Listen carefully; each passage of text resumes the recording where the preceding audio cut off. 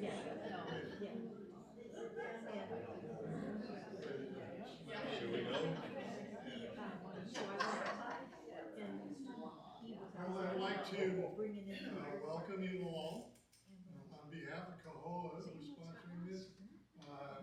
This is the Boomer Brass Quintet. They were here last year and several years prior to that when I was playing with them. And they will be playing about 45 minutes to an hour, whatever. Afterwards, we invite you to stick around, and there's going to be coffee and goodies and all sorts of other things. We hope you'll stay and go from there. So, the Boomer Brass Quintet.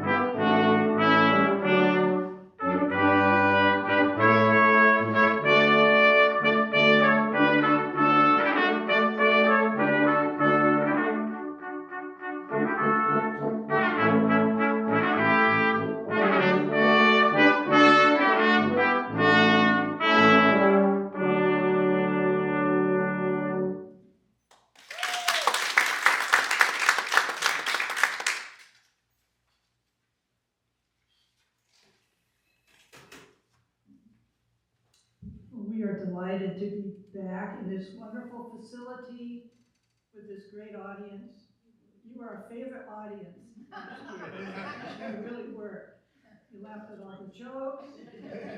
Nobody left early. They saved cookies for us at the end. You know, we can't eat before we play because we'll get stuff through our instruments. You know? We have to be a little careful with that. I wanted to say, Pam, thank you very much for taking photos. We don't have very many photos of us, so that's pretty nice. And you know, usually you have to use a really wide angle lens because we play such a broad variety of music. So I wanted to take a moment to introduce this group to you, but well, I'll do that right now. So right here is Tim Crapo. I want to tell you a little bit about Tim. So Tim is a trumpeter of vast experience. I have to cheat a little bit and look at notes, but he was a teacher in middle school and high school, even middle school, 45 years. Wow, isn't that something? They should have medals for that, shouldn't they? Especially junior high. Put it with the kids. And he not only is masterful of the trumpet, but he also plays the drums and plays them very well. So he switches back and forth in the South Puget Sound New Horizons band that we all happen to play in. It's a 65-member band that plays in the local area. And a little later on, I'll share with you information about our upcoming Christmas concert that we'd love to see you at. It's very well attended.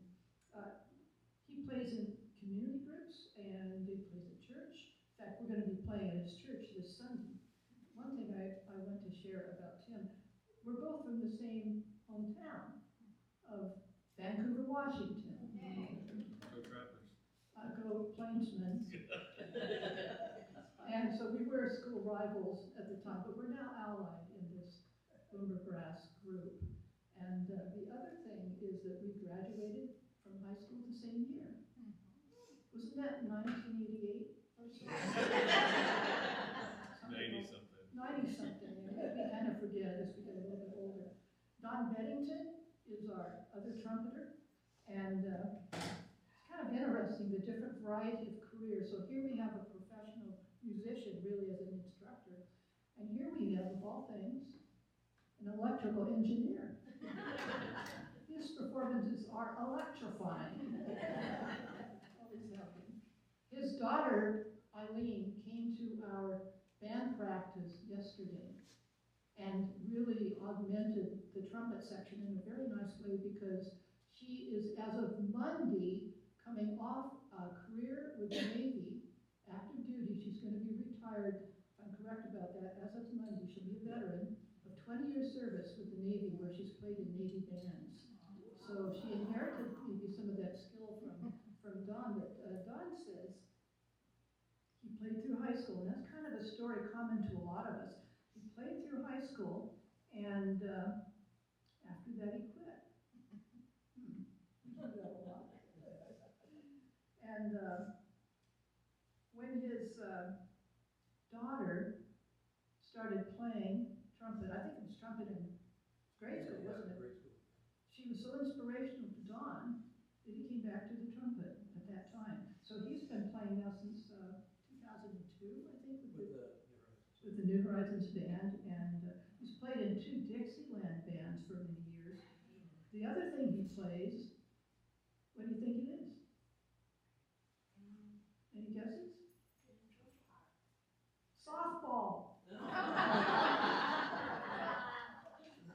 And I don't know if Don knows the answer to this question, and I don't really want to put him on the spot too much, but Don, do you know, since you played softball for so many years, between which 2 bases does it take the most time to run? Between, you think home to first? He's wrong. He's wrong. Anybody else know? Okay, I'll let you know. Dawn and everyone. It's between second and third base.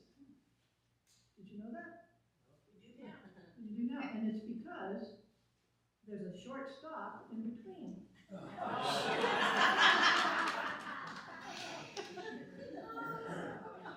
And 2 wishes. He had the drums to do that little roll thing.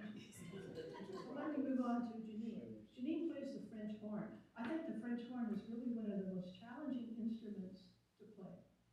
Really hard to play it, and she plays it well. It's also one of the louder instruments, I think, in the band. So she also comes from a career other than music. She was an English teacher in colleges, I think, for 30. English as a second language. As a second language for 32 years. 25 in college and 7 before that.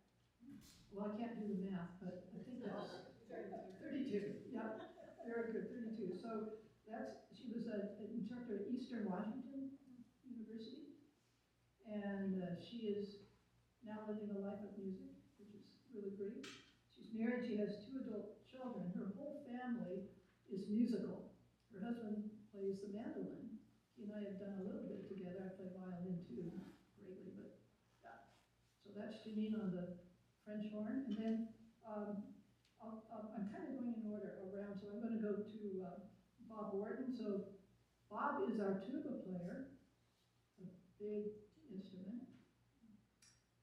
He was born in the other Washington, Washington, D.C., years ago.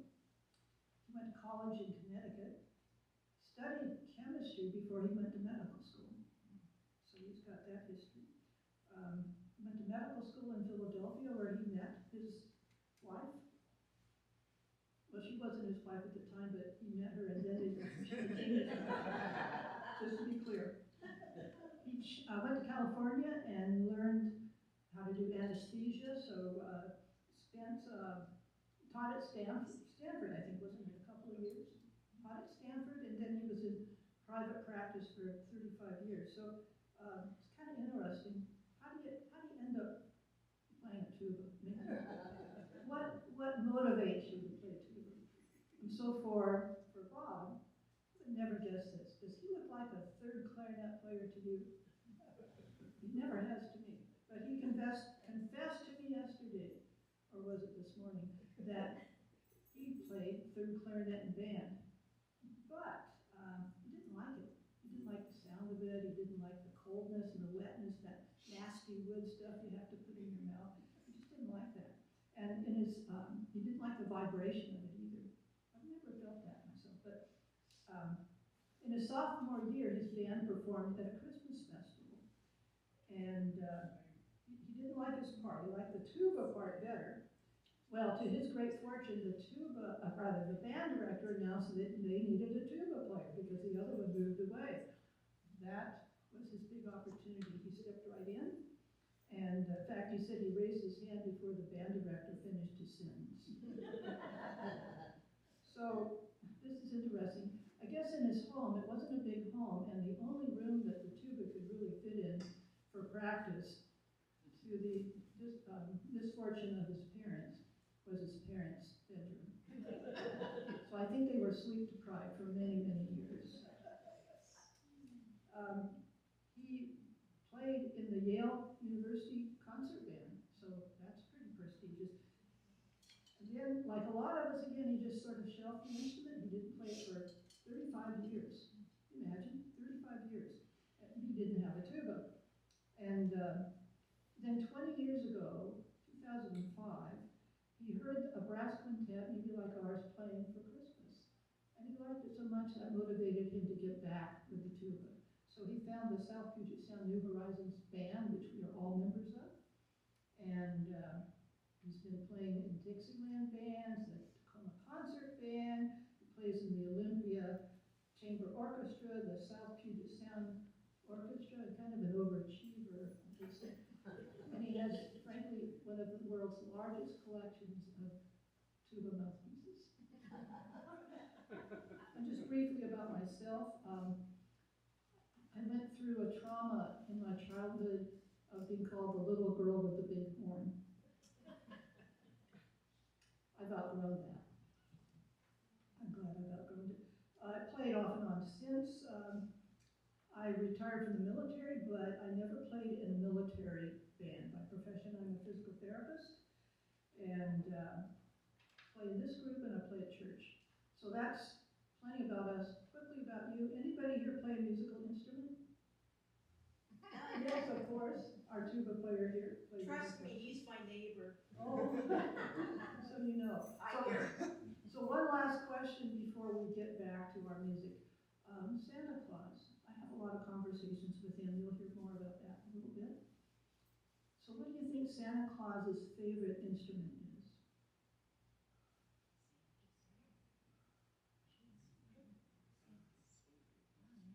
There's a lot of silence out there. Jingle bells. You're close. People would think that it's sleigh bells. However, in my private conversations with Santa, he revealed to me his favorite instrument is the ho-ho oboe.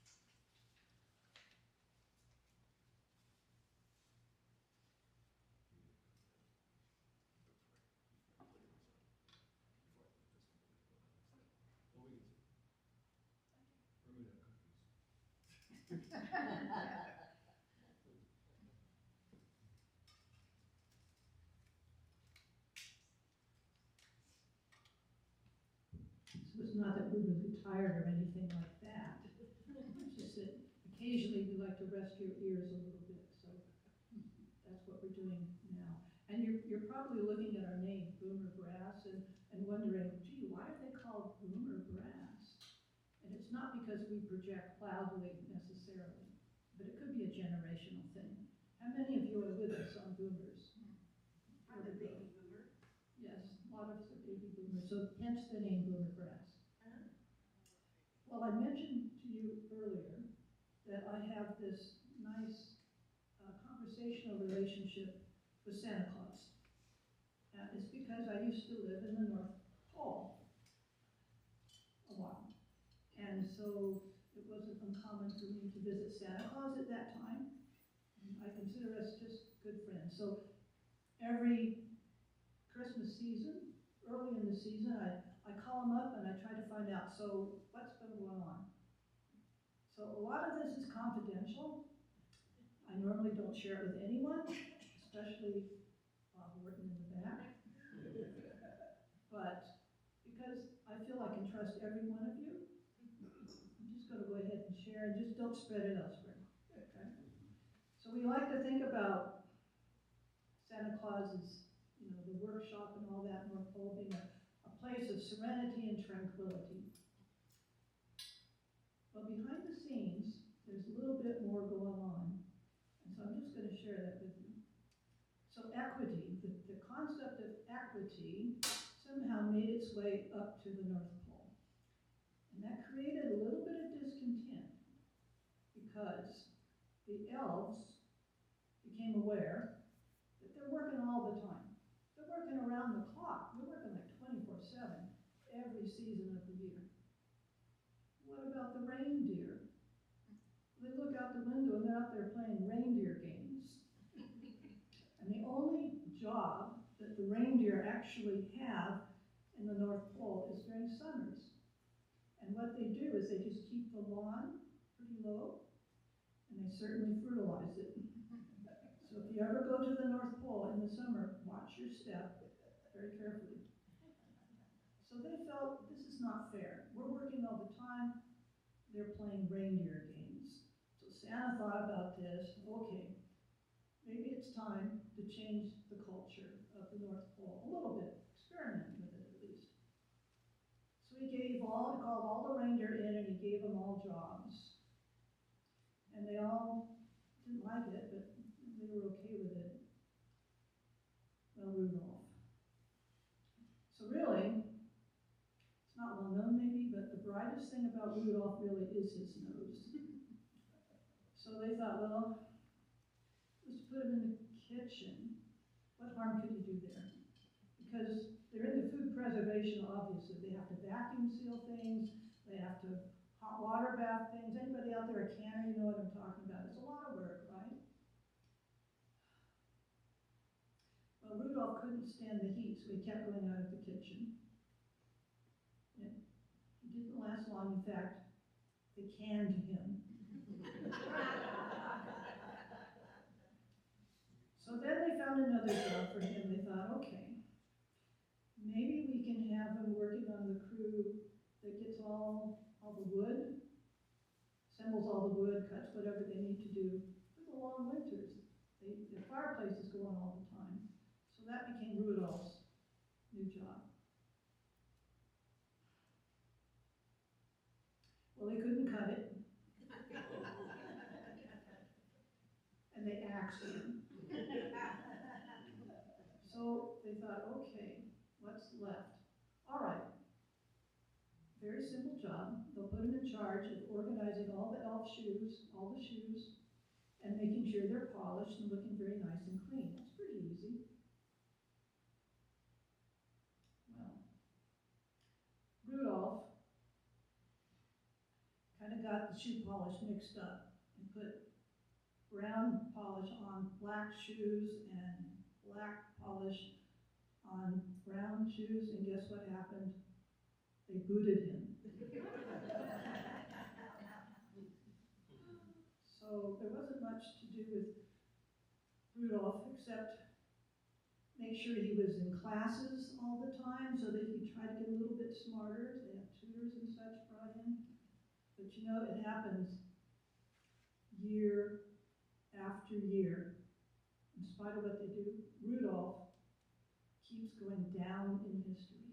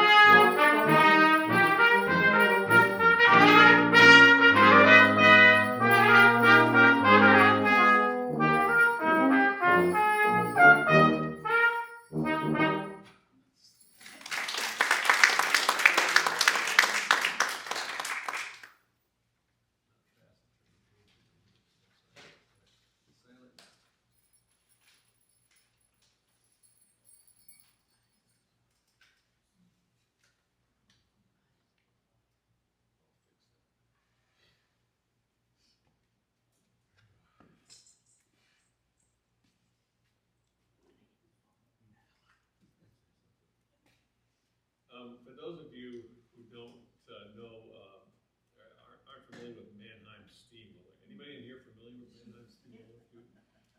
The piece we're going to play next, Silent Night, is kind of an offshoot of what Mannheim Steamroller had done, arranged for brass quintet. We like it. It's quite nice. Silent Night.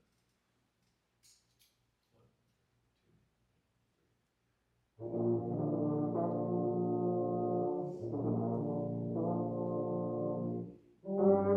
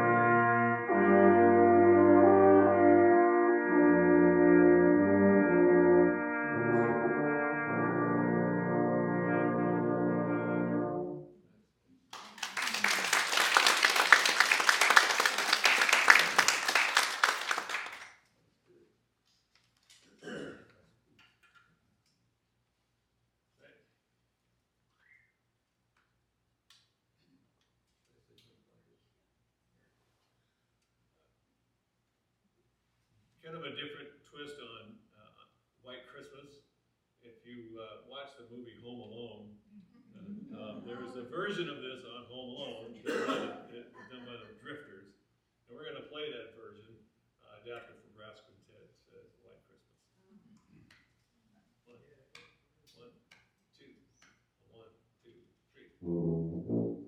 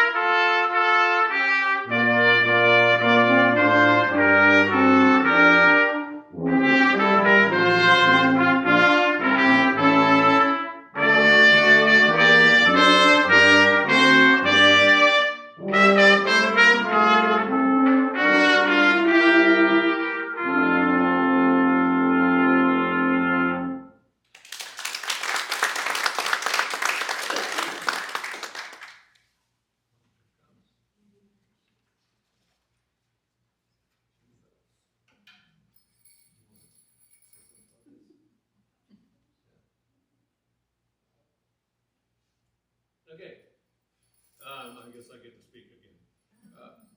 For the next tune, something during my teaching career, I would do this. It was fun. We'd sing it. Um, if you have a set of car keys, or any keys or bells or anything like that, when it comes to the jingle bell part, join us. Dingle your keys. So when you hear jingle bells, just go for it. There it is, jingle bells.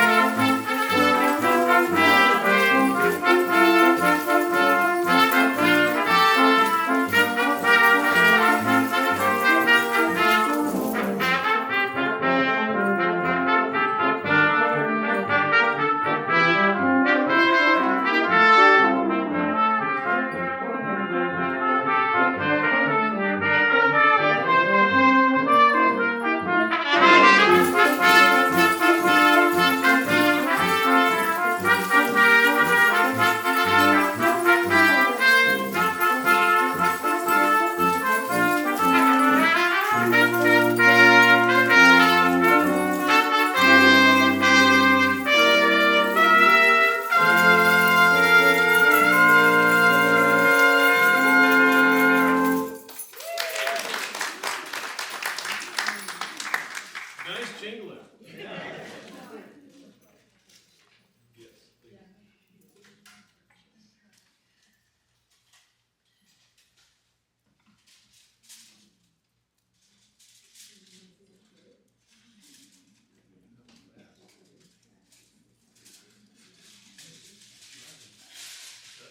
We hope that you all had a nice Thanksgiving. Did everybody here have a pretty nice Thanksgiving? Yeah. I hope so. I hope so. That's good. Good. What was a holiday? For me, it was pretty good, pretty quiet, tranquil. It was a good day. The next day, not so good.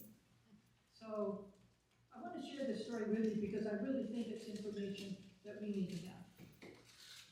So I'm reading on Friday morning, the day after Thanksgiving, I'm reading the Thanksgiving Day paper, and I came across an article in the paper that talked about a family that was planning a trip.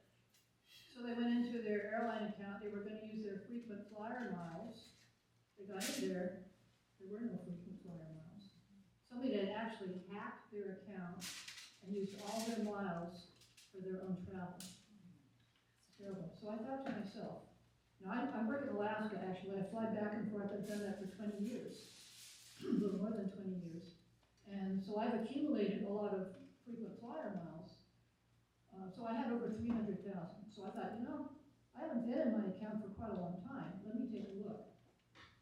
So immediately after reading that article, I went upstairs to where my desktop computer is, logged into my Alaska Airlines account, was able to sign in okay. Have you ever had that experience of, I have, opening your door to your house or where you live, and you see immediately that you've been burglarized? Has anyone had that experience? It's horrible. Really, it's horrible. Well, that's the feeling I had, because when I looked in there at my account, I had 2,600 miles left. Someone had taken 300,000 miles out of my account.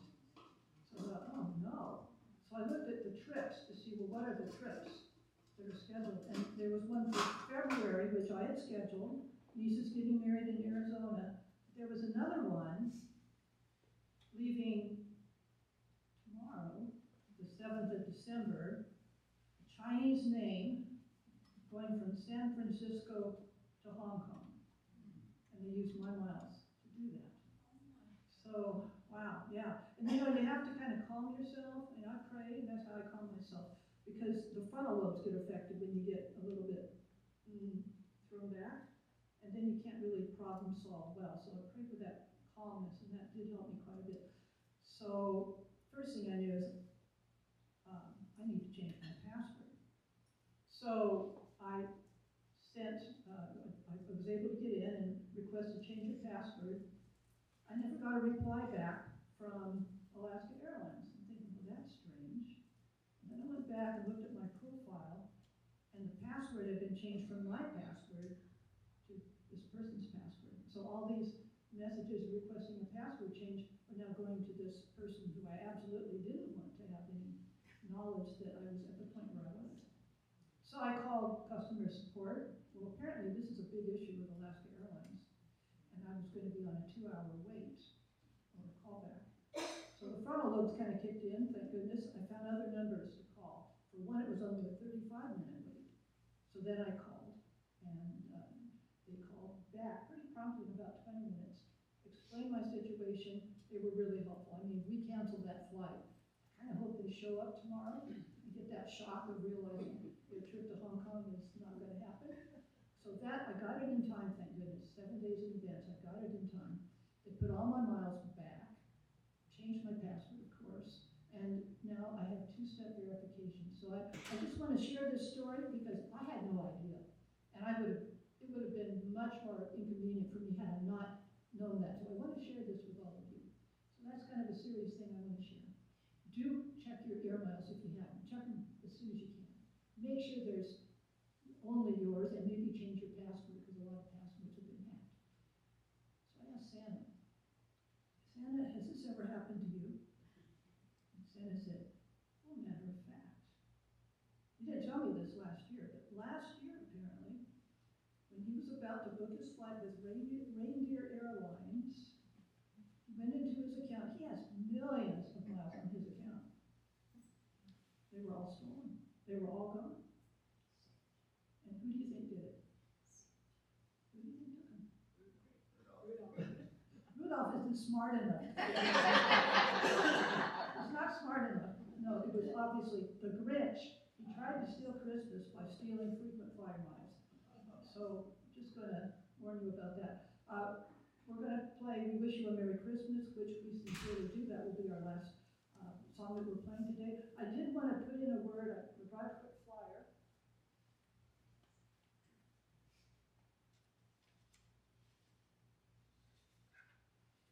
I'll certainly leave this flyer with you, but our South Puget Sound New Horizons band has its Christmas concert coming up in a convenient location for you here in this area. It's going to be at St. Martin's College. What do we call that? Worthington Center. Worthington Center, thank you. You're aware of it. And it's going to be Wednesday, December 17 at 10 o'clock. It lasts about an hour. We would love to have you be our guest there. We would just love that. Thank you very much for being such a nice audience. You laughed at the jokes again.